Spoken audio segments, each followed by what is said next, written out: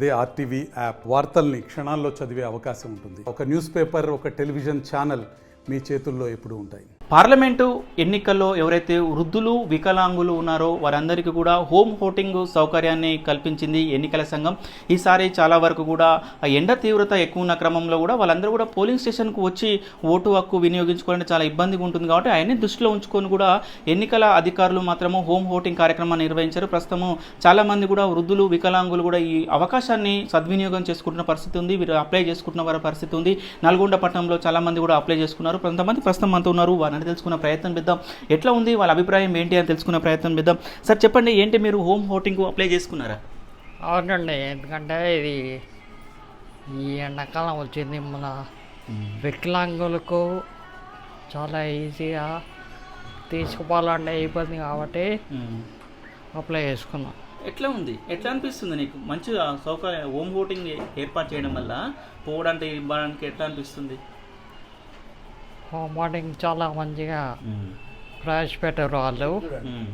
ఎందుకంటే ఎండకు పోయి వేయడం చాలా కష్టం, ఇంతగానే వేయడం చాలా ఈజీ, చాలా మంచిది. మీరు పోయినసారి అసెంబ్లీ ఎన్నికల్లో కూడా హోమ్ ఓటింగ్ వినియోగించుకున్నారా? అక్కడికి పోయి ఓటు వేశారా?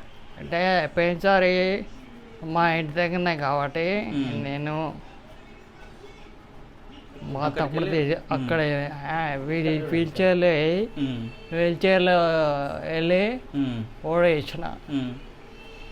అంత ఇబ్బంది ఏం లేదు, ఎందుకంటే ఎలక్ట్రానిక్ ఓటింగ్ మిషన్ కాబట్టి చాలా ఈజీ. అట్లా పోయి వేయడం కూడా చాలా ఈజీగా అనిపించింది. ముఖ్యంగా వృద్ధులు ఉంటారు, 60 సంవత్సరాలు పైపడిన వారందరూ కూడా ఉంటారు. వారందరూ కూడా ఈ అవకాశాన్ని సద్వినియోగం చేసుకుంటున్నారు. ఎట్లా అనిపిస్తుంది సార్ ఏదైనా చూస్తుంటే?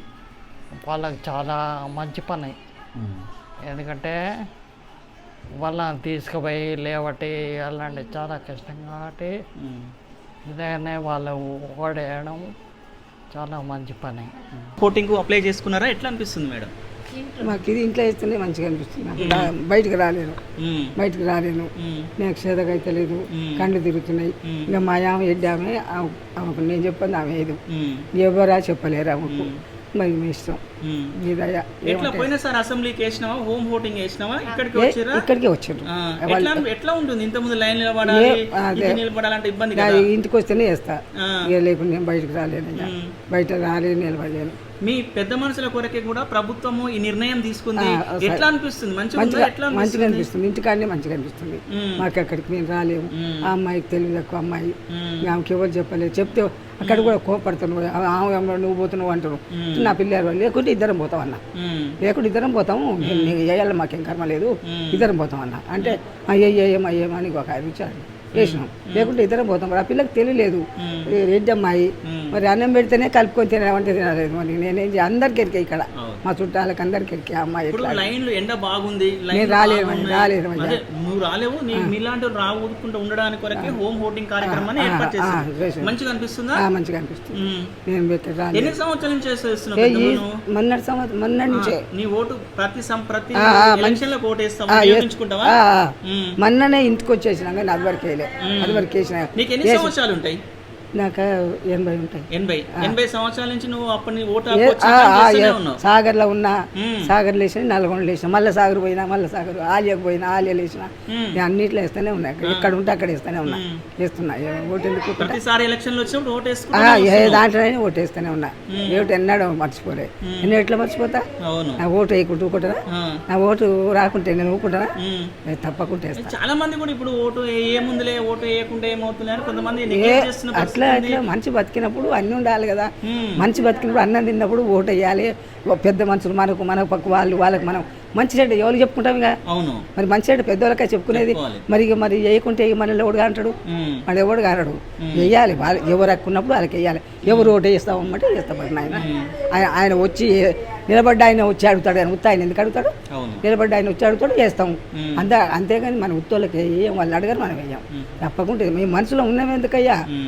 వీళ్ళు పెద్దలు నిలబడతారు, మేము పేదోళ్ళం మేము వేస్తాం. చిన్న పెద్ద ముసలోళ్ళం కానీ వయసులో కానీ వేస్తాం. ఎవరికి ఇష్టం ఉన్న వాళ్ళకి వేసుకుంటాం. అంతేగాని ఓట్ల తప్పించుకోలేము. ఓటు తప్పించుకోలేము. ఓటు ఎప్పుడైనా వేస్తాం.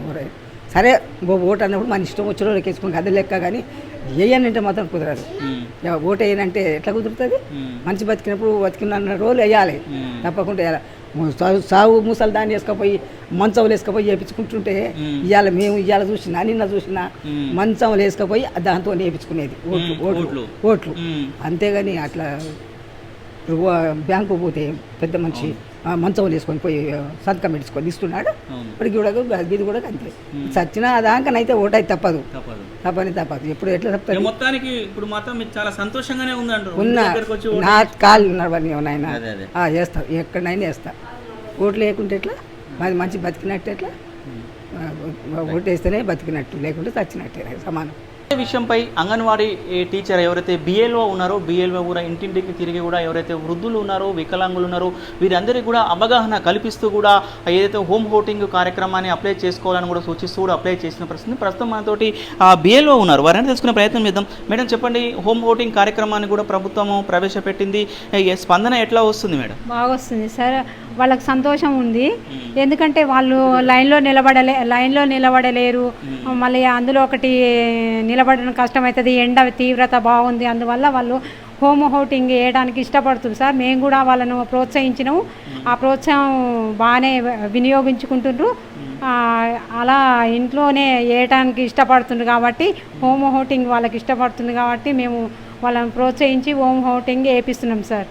అంటే ఎట్లా ఉంది హోమ్ ఓటింగ్ అని? మీరు వాళ్ళ ఇంటికి వెళ్ళినప్పుడు అమ్మ మీకు హోమ్ ఓటింగ్ అప్లై చేసుకోరు, మీరు ఇక్కడనే ఓటు వేయాలని మీరు వాళ్ళకి చెప్తున్నప్పుడు వాళ్ళ నుంచి వచ్చిన స్పందన ఏమిటి, వాళ్ళకి ఆనందం ఏ విధంగా ఉంటుంది?